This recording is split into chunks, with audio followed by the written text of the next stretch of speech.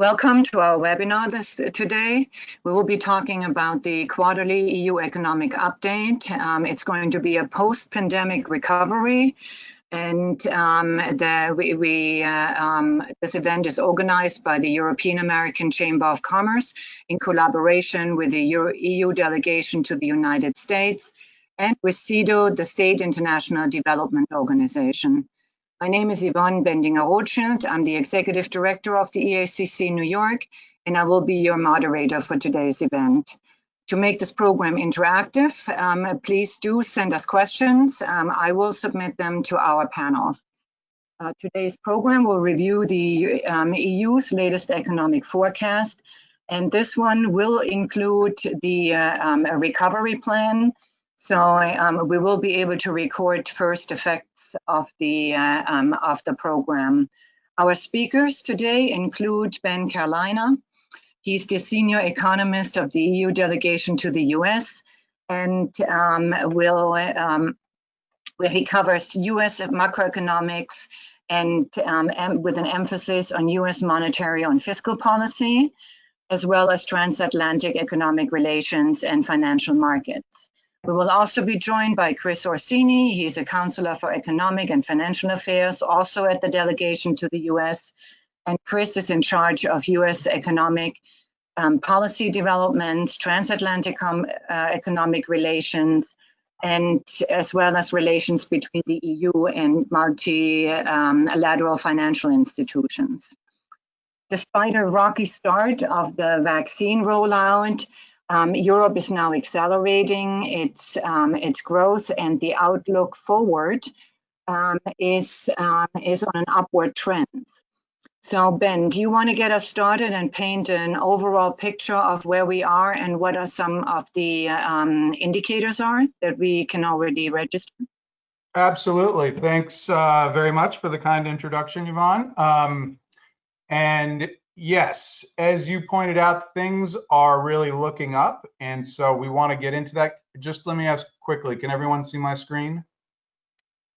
Yep. Okay, so let's see here if I can get the slide deck started. Okay, so I just want to lay the groundwork a little bit before we get into all the good news, and just talk a little bit about, how badly this pandemic has been. Obviously everybody knows that, but this slide just goes to show you the total death toll, and these are the official numbers. And I know that there's probably been a pretty significant undercount both in the US and the EU, but these give you a little bit of indication that, and we should remember we're approaching 600,000 deaths in the United States, and we're just over 700,000 in the European Union. And it's true that on a per capita level, it's been worse in the United States, but it's also been a huge loss of life in the EU as well. And you can see this apart from the health impact in the economic numbers. And what you're looking at here, I want to be clear, these are quarterly numbers, quarter over quarter GDP numbers. Most Americans are used to looking at annualized GDP numbers. That's how the Bureau of Economic Analysis typically reports things in the United States. But it's tricky to use numbers like that when you've had such huge movements in as we've seen over the past years. And it sounds like it's really crazy when you have an economy shrinking by 34% in a quarter, and it is crazy, but that is an annualized number. And so comparing to what happened in the immediately previous quarter, I think is a easier way to get a handle on just how large the contraction was in the first half of last year, followed by a really sharp rebound. So as you can see, the red bar is the EU 27, not including the UK, and the contraction last year was a bit sharper in Europe than it was in the United States. And this largely has to do with the fact that the containment measures and indeed the lockdown measures were a bit stricter in Europe. You really couldn't in many EU member states, leave your house unless you had a really good reason. You needed to go to the doctor, you know, do your weekly grocery shopping, stuff like that. But then things, you know, bounced back, and what you'll see here is that there was a second wave of the pandemic in Europe. In the United States, it wasn't really a second wave because they never really got a handle on infections. There were some surges, but nothing, you know, in Europe, things were looking better for a while, but then this second surge of infections caused containment measures to come back on towards the end of last year. And so there was this double dip recession in Europe. You can see in the first quarter of 2021, where we now have numbers for both the US and Europe, the US managed to grow by 1.5, almost 1.6% in the first quarter. Again, this is quarter over quarter. And in Europe, it was about a 0.4% decline. And this is because of the second wave of infections. But as Yvonne was saying, the tide really is turning now. And you know, the European Commission and Europe more broadly came in for a little bit of criticism about its vaccination strategy. And I think it's fair to say that there was a delay and things were getting a little slow getting started. But the picture is really rapidly changing now. Europe has already gotten about 45 vaccine doses per 100 people, which is less than the United States, which got an earlier start, but the pace of daily vaccinations is now higher in Europe compared to the US. And I would also point out that because many European countries have a longer waiting period in between the first and second shots of the vaccines, that they're doing even better when it comes to the number of people who have received their first dose, because you can see in the States, there's over 80 shots per 100 people, but we're not quite at 50% of the adult population that's received at least one dose in the US, whereas in Europe, you know, it's already over 30%, and things are still moving, you know, very quickly. So we in Europe, by July, the aim is to have over 70% of adults have their first shot, and it seems like we're on track for that. And that means that beginning right now, many of the containment measures that were put in place to stem the tide of the second wave of infections are slowly being relaxed. And the containment measures are going to be, you know, gradually taken away for the next couple of months, and then in the second half of this year, it should really accelerate, and that's going to cause a quick return to normal. Go ahead, Yvonne. The forecast came out when, a month ago? No, half a month ago? On the 12th of May. Okay. Because I was wondering, so now with the vaccinations coming in, and you have a lot of protection already with the first vaccination, has that, and the correlating opening of the economy, or I should say, the ease of the lockdown, has that already been calculated into these numbers? Well, there's assumptions that have been used to make these numbers, and the assumptions are that containment measures will fall away at an accelerated pace in the second half of this year. And so I would also add that even in this second wave of the virus, the containment measures that were reintroduced were not quite as strict as they were in the first wave. And on top of that, businesses and households have adapted and have figured out how to live with these restrictions much better than they did the first time around. So it did cause this double dip recession, as we saw, but it was a small, shallow recession. It wasn't anything like this initial drop that happened in the second quarter of last year. So people are learning how to live with the pandemic, but on the other hand, there's also, the confidence effects of people getting their first shot. Even if they don't have 100% immunity, they're going to feel much better and more open to resuming normal activities. And so that's a big part of why the forecast was upgraded. I should have said. And you have the same pent up demand that we're experiencing here in Europe as well. Absolutely, and this is one of the key questions about the forecast, and I'll get into that a little bit more, and Chris will in detail. But this is really one of the key questions. We know that there's going to be a big rebound. We know that there's going to be a boom in consumer spending.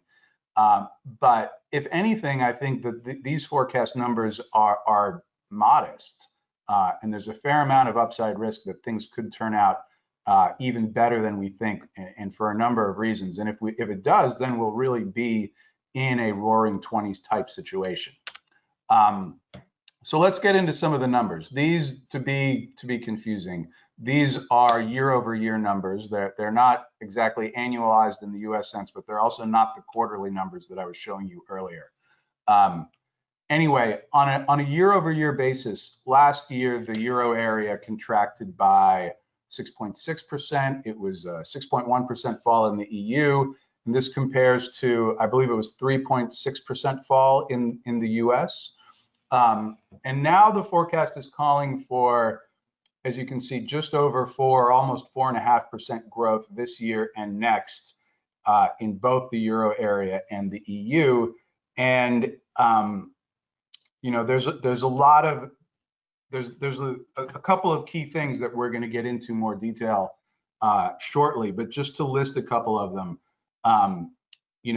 there's a high degree of household savings, just like in the US, because people haven't been able to go on holiday or to go out to restaurants and all the things that they normally do.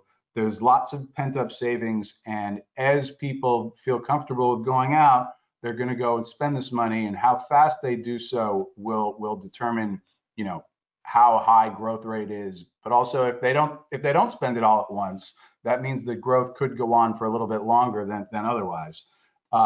There's also, external demand is going to be a big factor, and most importantly, the recovery and resilience facility is now starting. This is the first forecast that includes that, and this is going to have a big impact on fiscal policy and the overall fiscal stance in a lot of countries, and in particular, many of the countries that were worst hit by the recession. So this is meaningful, and that's probably the single biggest reason why the forecast numbers have been upgraded.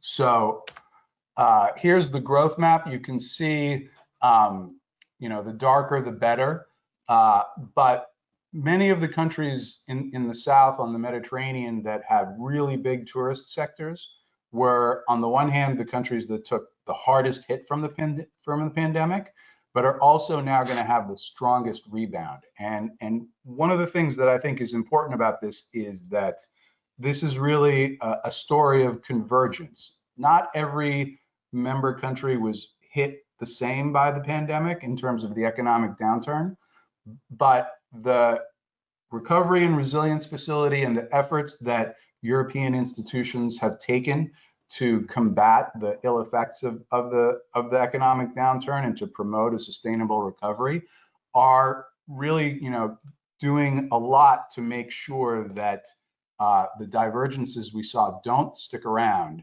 and that all the economies in Europe converge towards, better growth rates, getting their GDP levels back up to pre-pandemic levels as soon as possible. That should happen by the end of this year for most countries. A couple it will take till the first quarter of 2022, but this rapid rebound as businesses reopen is already starting to happen. It's going to pick up in the second half of this year, and then it's even going to accelerate in 2022. And in 22, the EU and the euro area should actually grow a little bit faster than the United States, which is interesting and gives you a sense of, how much of a fiscal effort and not just in terms of fiscal policy, but structural reforms, how much Europe is doing to make sure that the recovery is on track and is strong and sustainable. So not only that, I mean, the recovery fund will have kicked in by then and will be in full swing, no? Exactly. And that's really going to help maintain this fiscal impetus into next year, so that there are still these, tailwinds pushing growth from accommodative fiscal and monetary policies. So just to reiterate, these are the main factors that went into upgrading the forecast. Vaccines, stronger global growth, the recovery and resolution funds that are now starting to flow or will be starting to flow very shortly and will pick up over the course of the second half of this year and next year. But I do want to mention before handing over to Chris that while the balance of risk is pretty equal on both upside and downside risks, the level of uncertainty with this forecast is much higher than normal. And that's basically because we don't really know what the pandemic will hold in store for us a year from now. We're optimistic that 70% of the population, of the adult population, will be vaccinated by sometime in July. But we don't know if new variants are going to emerge, that if the vaccines are effective against this. On the other hand, the vaccines could work even better than expected. And so the risks are balanced. It could be a little better than expected. It could be a little worse, but we just don't know. So the level of uncertainty is really high. So with that, why don't I stop there and let Chris take over, and he can talk a little bit more about all the different components of the forecast.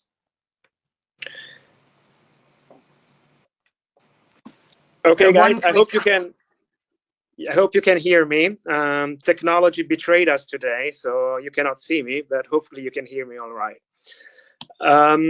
So maybe moving to next, right. So this slides, and I'm going to start from the right picture there. What you see is really sort of the green line was the trajectory that we had in November,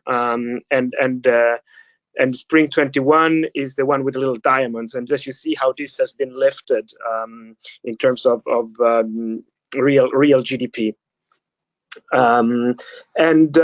What is, so as Ben was saying, this means also that basically the EU will now have attained its pre-COVID level of output, so 2019 Q4 at the end of this year on average, and all member states by next year. Of course, there will still be a gap with respect, if COVID would not have happened, which is in a way that the dotted line, that the black line, solid line, and then the dotted one. But I want to speak a little bit more about what is really behind the upgrade of the forecast, and especially the components. So let me sort of switch to the other graph that we have here on the left-hand side.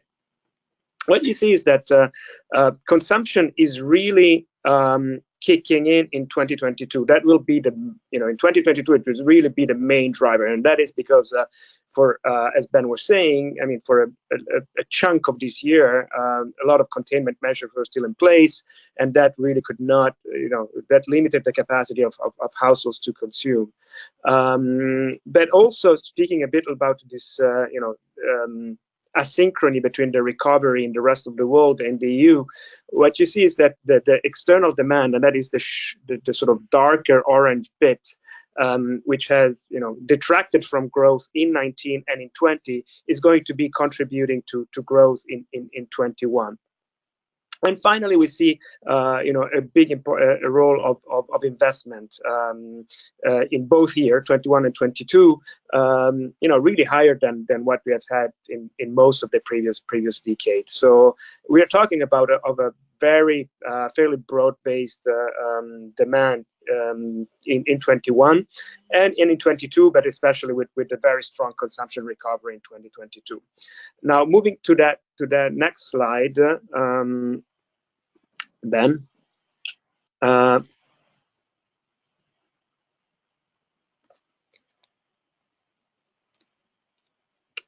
Right. So this time, starting from the left graph. So what you see here is the contribution of it's like global growth, excluding the EU. And what is very interesting here is that, you know, if you look at sort of what happened to the pre-COVID period, the advanced economies really had a relatively, you know, they grew. Being more advanced, they had sort of lower growth rates. But this picture shows really how much of the recovery is being led by the in 21 and in 22 by the advanced economies, and of course also some parts of Asia. So that also speaks to the fact that there are other regions of the economy, of the global economy, that are still going to be suffering a little bit from the lingering effect of the pandemic. But the rebound in growth is going to be exceptionally strong, and as I said, exceptionally strong in advanced economies other than the EU, and probably one of the biggest upward revisions has been in the US economy on the back of the very important fiscal stimulus that were you know, put into the economy at the end of last year and again in the beginning of this year. And on the right hand, what we see is that this big stimulus will have, of course, you know, an direct impact on the US, which is expected to grow about 3 percentage point higher than it would have otherwise. But this will also have very in this year, and a bit less in next year, being, you know, the front-loaded nature of the expenditure. But this will also have sort of a positive spillover on the EU economy. And here we're not yet you know, factoring in the potential infrastructure packages that might come later this year. But so this is one important factor, is like just the improvement of the global environment. Moving to the next slide, I want to say something about the other important factor, is actually the very supportive fiscal environment in the EU. What we see is that, you know, these green bars are here the contribution to the deficit of discretionary measures and discretionary expenditure. You have almost an equal amount, at least in 2020, in terms of automatic stabilizers. But what we see is that discretionary spending in support of the economy is going to remain in place throughout 2021 and actually be reduced a bit more gradually in 2022. And this, in a way, speaks to the fact that you know, EU and the euro area maybe has learned a little bit from previous crises, where fiscal support was withdrawn a little bit too hastily, and that really you know, made, before the economy was really on a strong footing. Yeah, moving to the right hand. The question in this context is always, how long will it last? I mean, there's too early withdrawal, and then there's too much, you know, government debt. What's the right minimum, and how long can you make it last? That is a very good question, and I think, you know, I'm not sure there's a very good answer to that, Yvonne, either. But you know, there is, and this at least in Europe actually plays together with ongoing discussions about you know, how to review the Stability and Growth Pact, and how fiscal rules will start, you know, be applied or implemented again. So as we know from previous events, in last year, the European Commission made a proposal to actually suspend the pact in order to allow member states to fully deploy the fiscal lever, and the decision was actually to keep this suspended pact in this year and most likely next year as well. But of course, once member states have recovered pre-COVID output levels, then, you know, fiscal rules will have to be respected again, either in the current format or most likely in a slightly modified format. Especially the part that pertains to the debt rule seems a little bit less realistic, because as we see now, I mean, from this graph here, the debt levels are much higher. So whatever rules are implemented or a new framework is put in place, it will have to sort of balance the need of putting the fiscal public finances back on a sustainable path, but at the same time not to do it in a way that sort of kills the recovery. Yeah, just to quickly add to that, if I can, when we think about debt to GDP ratios, it's important to remember that there's a denominator that's super important, and that's just GDP. How fast is your economy growing? And you know, while eventually in the medium term, there's definitely going to be a need to put some credible fiscal reforms in place so that you know, borrowing levels don't keep rising. But the key factor is getting the GDP to grow. And I think that, as Chris said, Europe has learned from mistakes made in the previous crises where fiscal support was withdrawn too quickly and then growth really started to slow down, and debt to GDP ratios didn't improve as much as they should. And I think we should expect that this time there's going to be much more focus on getting growth back up and sustainable. So, but I will stop and let Chris take over. Yeah, no, and I think that's an excellent point. And I think if we move to next slides, it actually shows it quite well, because we have here how gross debt is going to evolve. And as you see, you know, if we're talking about the euro area, for example, it was at 100%.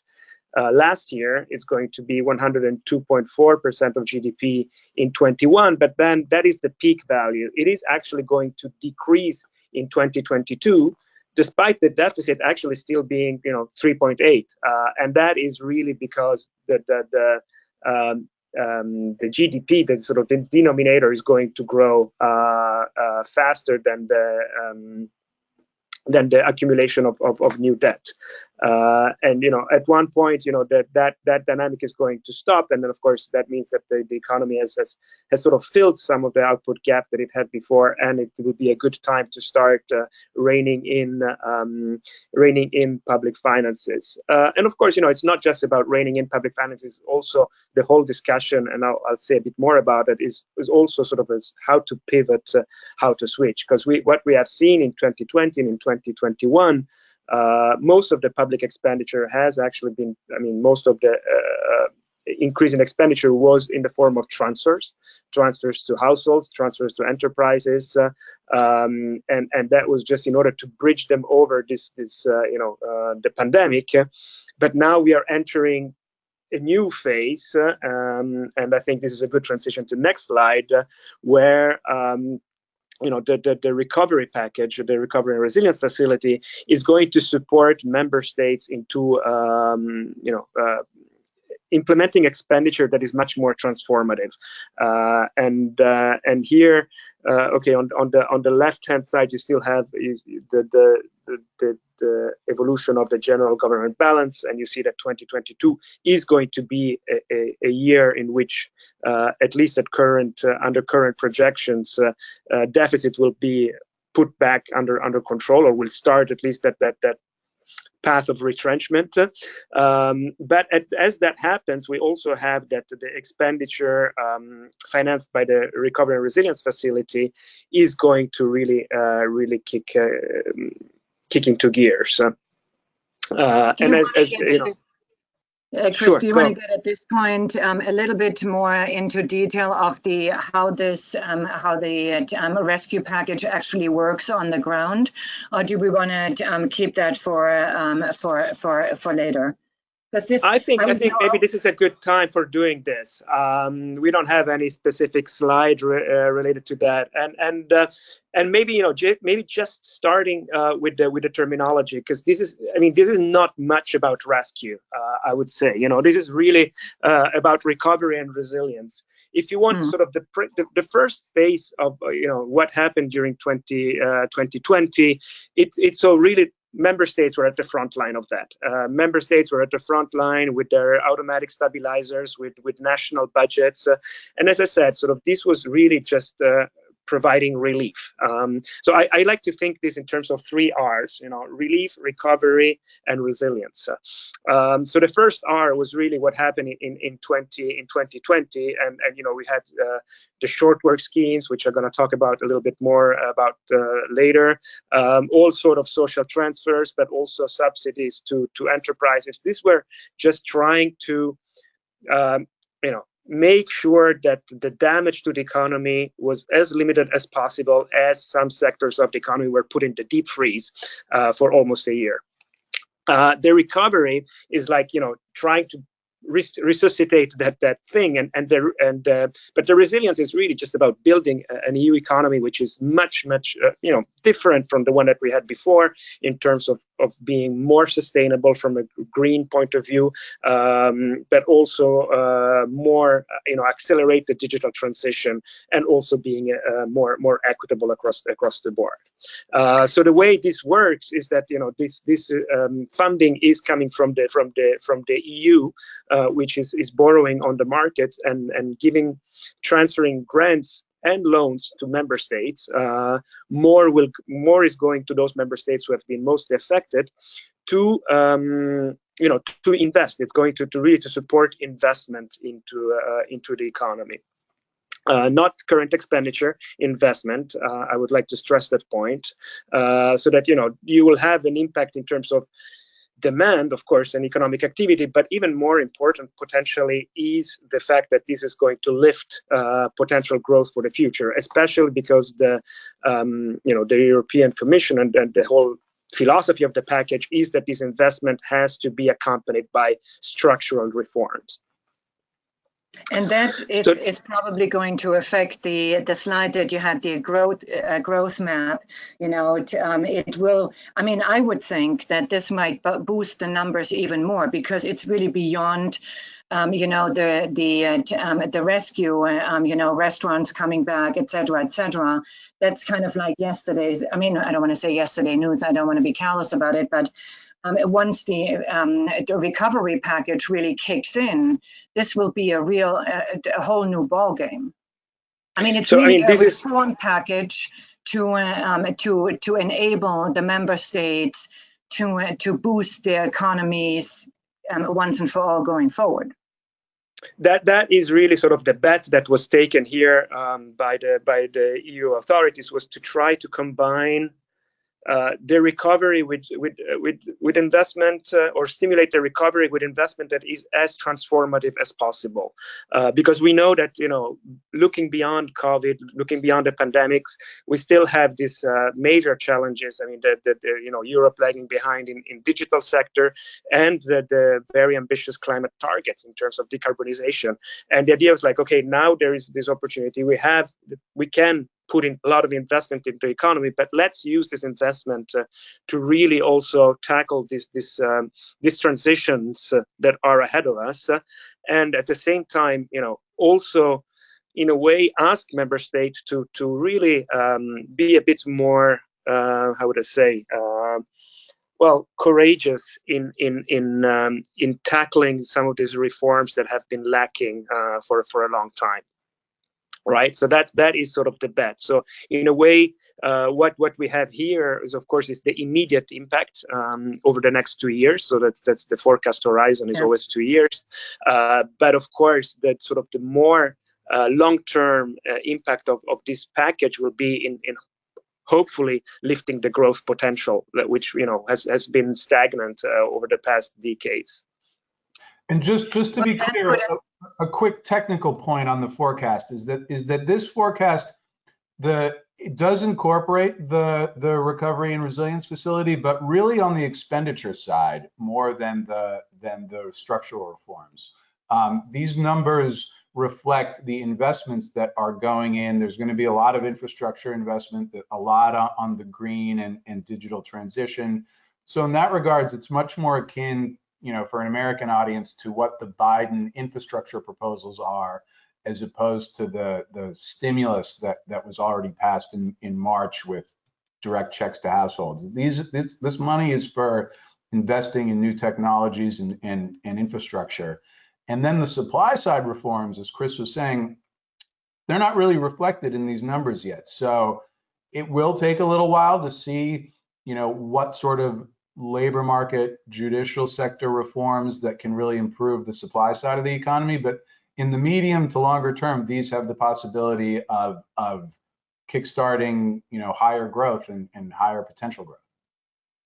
So I was going to ask if this will be putting an end to the discussion of a two-tier EU, but we have to wait for the next two forecasts to see that. I mean, I don't think it will. Convergence will remain a feature of EU and the euro area for years to come. But it definitely has the potential to at least, number one, put a stop to that trend of divergence within the euro area that we had seen with the previous crisis, and possibly make sure that this gap keeps closing at a satisfactory pace. I'm going to move maybe a little to the labor market, and I'm going to accelerate a little bit because I see that we're running a little bit out of time, and I want to make sure we have enough time for a discussion. But what is important with the labor market is that strangely enough, 21 is the year of where we start having growth, and this is also the year where unemployment is going to go up quite significantly so it's going to peak before going down in 2022. And moving to the next slide, I mean that this is really just because of the working of short work schemes throughout the 2020, and here what I have a picture of the United States and of the EU, and the dotted line is our works, and it's inversed, it's a reversed scale, and the full line is the unemployment rate.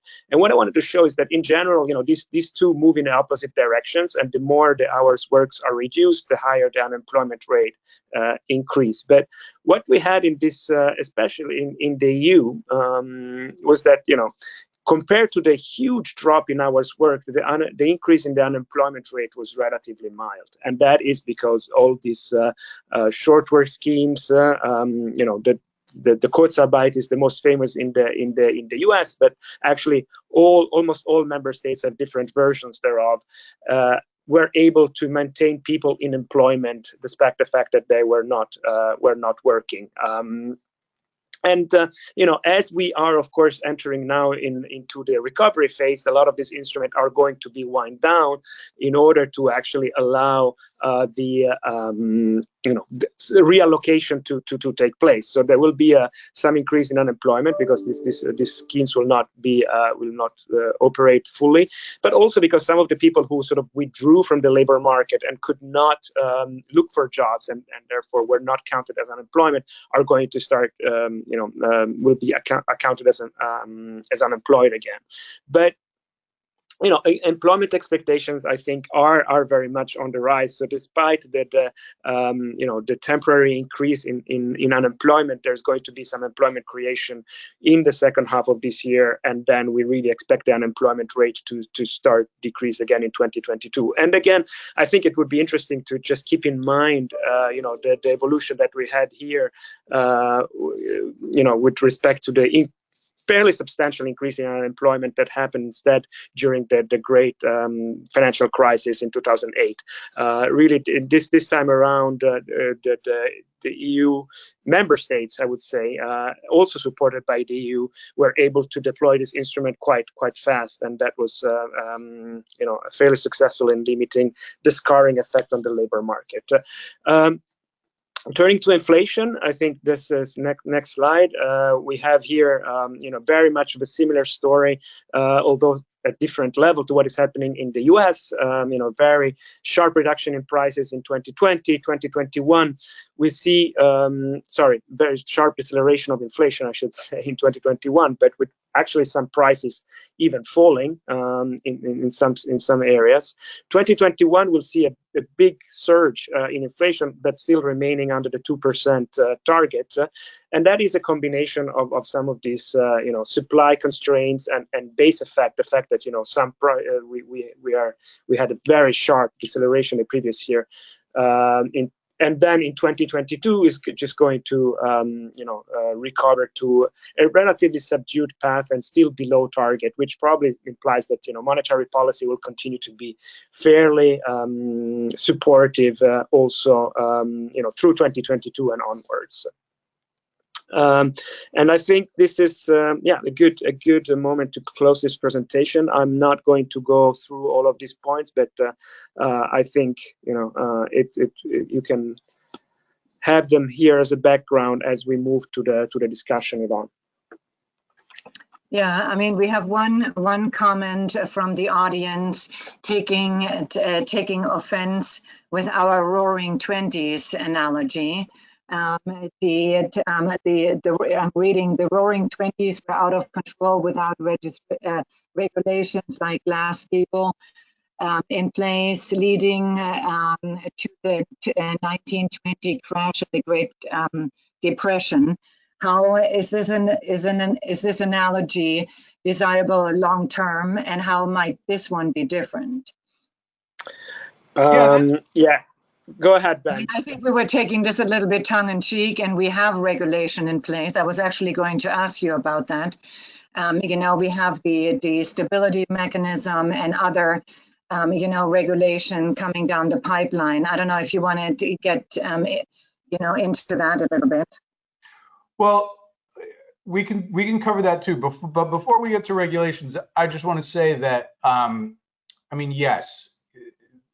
It's not going to be like the 1920s, but I think what we're trying to get at is this, feeling of optimism that's taking hold now that people are getting vaccinated in large numbers and can really see the light at the end of the tunnel.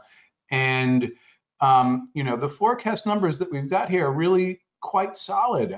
I mean, 4.5% growth is nothing to sneeze at, and there are upside risks. And in particular, one of the big ones has to do with the savings rate, because like in the United States, a lot of people, particularly upper middle class families, have had to save a lot of money because they haven't been able to spend on many of the things that they typically like to spend money on, like vacations and going out to restaurants or, seeing theater, music, entertainment of all kinds. And so they've got this big cushion of money that they're sitting on. And depending on how things go, they could spend it faster, they could spend it slower. Now, one of the reasons why, we don't see 5% growth in these forecast figures is because there's a sense that because the savings are concentrated in higher income households, they don't have quite the propensity to spend that lower income households do.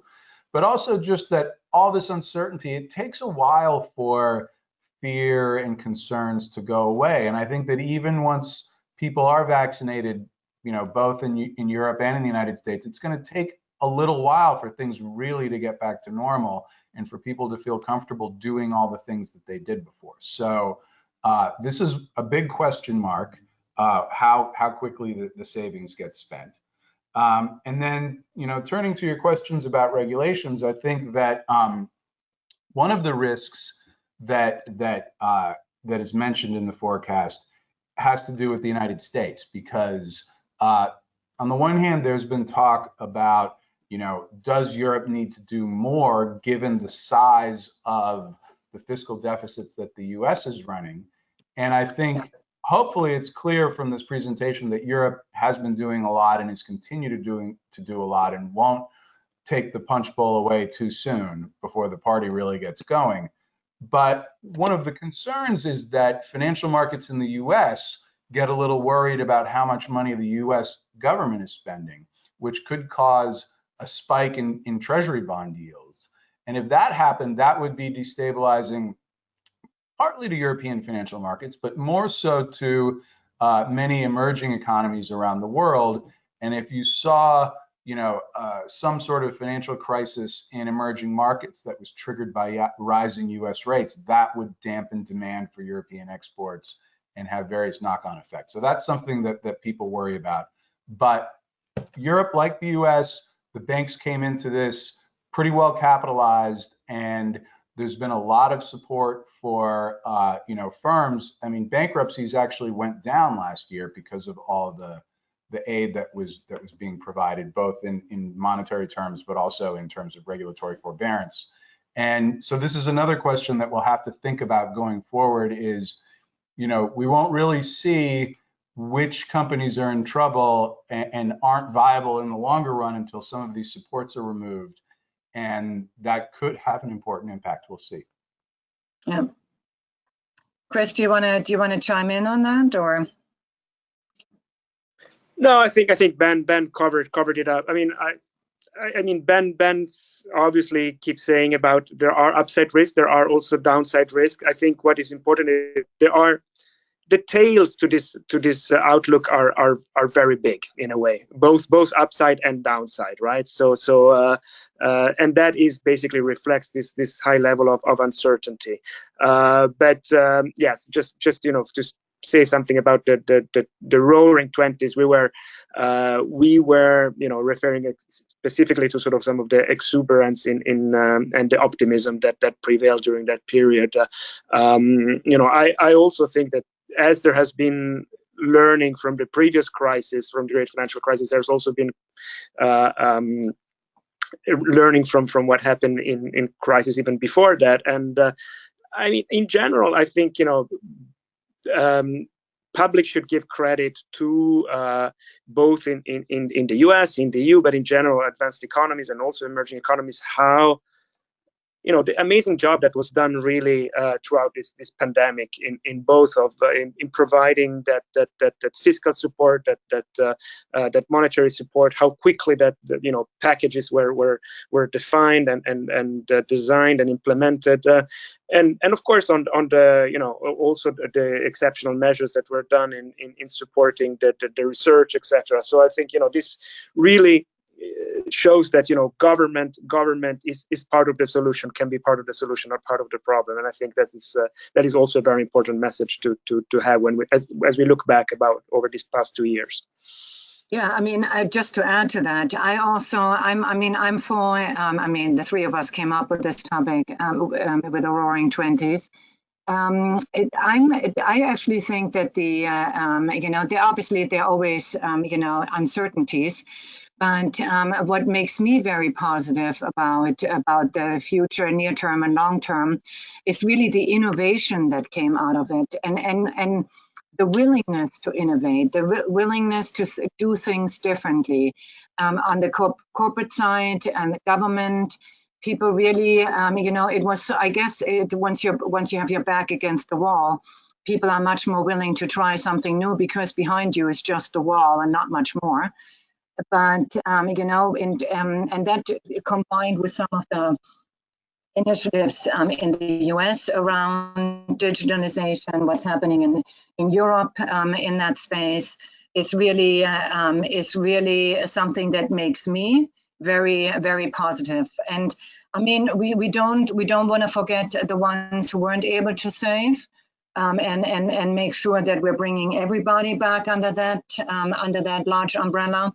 But from what I'm seeing with the companies, that we're talking to, both in Europe and in the US, there's a lot of positivity in their outlook. Related to that, I would be curious to see, when you look at this from a transatlantic viewpoint, how the incoming infrastructure plan in the proposed by the Biden administration could add to the GDP in Europe, because we see a lot of European companies looking to the US to expand their business activities too. And they're in the energy space, they're in the renewable space, advanced manufacturing.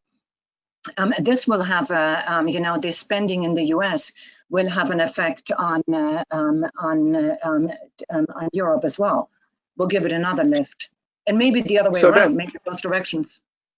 Yeah, that's a tricky one, of course. Let me start maybe for sort of with the positive part, right? Because we showed this graph about sort of the growth spillover that are coming from the US to the EU, and of course, this goes in both direction. As an EU that grows stronger and faster is going to have a positive spillover for the US, and maybe particularly because of so much of the recovery and resilience and recovery plans are about digital, accelerating the digital transition. I think that there is much that can come from the US, or that the EU can benefit from the know-how and experience and the capacity from US firms. So I think there's going to be definitely quite some demand, and maybe this is also a good time to remember that about when we look at the plans, about 50% of the recovery and resilience plans is in the form of public investment of the traditional form, like infrastructure, but the other 50% is really sort of transfers to firms, to the corporate sector, in order to take up those new technologies, be it in the green space or in the digital space. Now, when it comes to the infrastructure package, or some elements of the infrastructure package of the US, and particularly to the components which are really about public infrastructure, of course it comes, or it's supposed, or it's likely to come with very strong Buy American provisions, and I mean, this is the position of the US government in terms of public procurement is something that we as Europeans take issues with, and was also one of the hardest nut to crack, I think, during the TTIP negotiations. I think that some of those elements will be there. Some of the Buy American will be there, and that, of course, limits sort of the direct spillover. But I mean, a growing economy, it's not only about that. It's also about consumer goods. It's about durable goods. So there will be plenty of additional positive spillovers coming from an infrastructure package, and not least just the sense of direction that this will give to the market in terms of where we're heading for the energies of the future. So I mean, it's of course it's regrettable, but I don't think it's such a big deal. I don't know if Ben wants to add anything to that. Yeah, I mean, just to say, when you're comparing what's going on in fiscal policy in the US and Europe, on the one hand, the pandemic really showed up some of the weaknesses in America's social safety net. And so a lot of the money that Biden is proposing to spend is about bringing the US social safety net closer to the kinds of standards that Europe already has. And so Europe doesn't need to spend money on that stuff because they already have welfare systems that are in place and that work well, including things like these short work schemes that proved very successful. On the other hand, I think that the climate commitments that the Biden administration is making are very positive for the transatlantic relationship, because they make it much easier for the US and Europe to work together on not just making commitments to reduce carbon, but on investing in the next generation technologies that are going to enable us to meet our climate commitments and to reduce carbon emissions that way. And I think that a very big bet has been taken by the EU and European member states that they believe that these technologies are the wave of the future, and they want to create very competitive businesses that are at the technological frontier. And this is going to require some public sector investment, but even more private sector investment. And I expect that you'll see lots of investment flowing both ways across the Atlantic, of European firms investing in the US and American firms investing in Europe, all in these new green digital technologies that are emerging. And also, I just wanted to agree with the point that you made earlier about how technologically significant this pandemic was. I mean, it really compressed 5 or 10 years of technological change into a single year.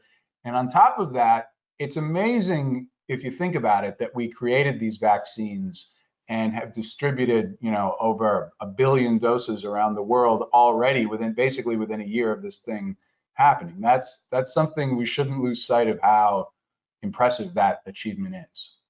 Yeah, I mean, I see that on the ground, actually. We have an influx of companies, interested in investing in both directions, Europe, US companies going there and the other way around. I want to come back for a minute to the effect on the ground, unemployment and growth numbers across Europe. What do you think, which are the countries that you see falling behind? It is the Resilience and Recovery Fund facility addressing the divergence properly enough? And how are we looking at this? Are we going to evaluate if they can pick up on the opportunities around the investment and structural investments, and then how is that being monitored to make sure that there's not too much of a divergence? So right now, every member state has submitted their national recovery and resilience plan to the European Commission, and our colleagues in Brussels are currently working around the clock, quite literally, to review these plans. And it's not just that they came up with these plans and then dumped them on the Commission in Brussels. There's been close consultations back and forth for several months now. And once the Commission has had a chance to formally review all the plans and issue a set of recommendations to the European Council, the plans will be approved, and from what I hear, it sounds like the vast majority of them look quite solid, and the Commission's quite happy with them. But once that happens, the first tranche of recovery fund money will start to flow, and we're hoping that could happen as early as August, maybe September, but certainly by the fall. And not only is that going to have a big macroeconomic impact, but and also help with convergence. But I think that it's worth emphasizing that these plans, there's a quid pro quo for getting money from the European Commission, and that is making pretty serious structural reforms with the aim of improving the potential growth of the member state over the longer term. And so to the extent that this happens, it's going to be a big benefit to European countries. And I think that, to put it in forecast terms, implementation risk is large, and there's upsides and there's downsides. But if these structural reforms are the right ones, and if they're implemented effectively, it could have a very significant impact on growth in the medium to longer term. And I can see maybe that. Let me just add a couple of. Just really quickly, we have a poll open, so I encourage everybody to participate. Just some feedback on the content of this program. But Chris, go for it. Yes, no, I'm just going to add a couple of elements to what Ben already said, and that is sort of that these plans are going to be translated into some sort of agreements, if you want, between the Commission and the member states, and which will include sort of a number of deliverables and time by which these deliverables will have to be achieved, both in terms of the investment to be realized, but also reforms to be implemented. So the pressure from the Commission, but also from other member states in the frame of a multilateral surveillance, will be there to make sure that both the investment part and the reform parts are delivered upon. And then, speaking to the fragmentation, the grants and the loans will not be distributed equally, or by per capita basis or per GDP, but they will take into account a number of parameters of which unemployment rate is one which is key, and that is also because we have seen that member states with higher unemployment rates have those who have less resilient economy, and the bet here is that really by targeting those member states, we will be able to sort of reverse and accelerate some of this transition of this convergence. In fact, sort of the biggest beneficiaries are, in a way, member states in the euro area in the southern periphery, but also quite a substantial amounts are going to the eastern member states, which are lower GDP per capita rate, which is the other element in the repartition of these grants. So it's really sort of more to those who need more help, and the idea being that only a union that grows sort of more homogeneously is a union that works for all. And I think that is also an important message that came out from the previous experience of the great financial crisis.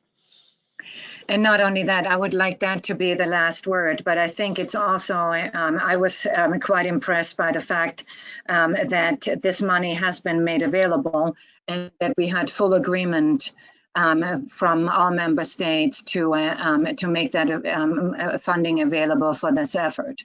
So it is really a true union, more so than it has been ever before. That's for sure, yes.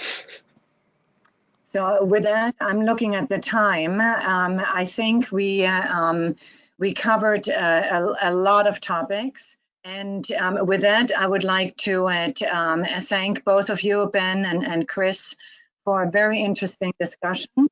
And we will conclude the program. As a reminder, if you're a member of the EACC, you can ask to be connected to any of the folks that attended this program. And we will be happy to facilitate that. And with that, enjoy the rest of your day. Ben and Chris, thank you again for joining us.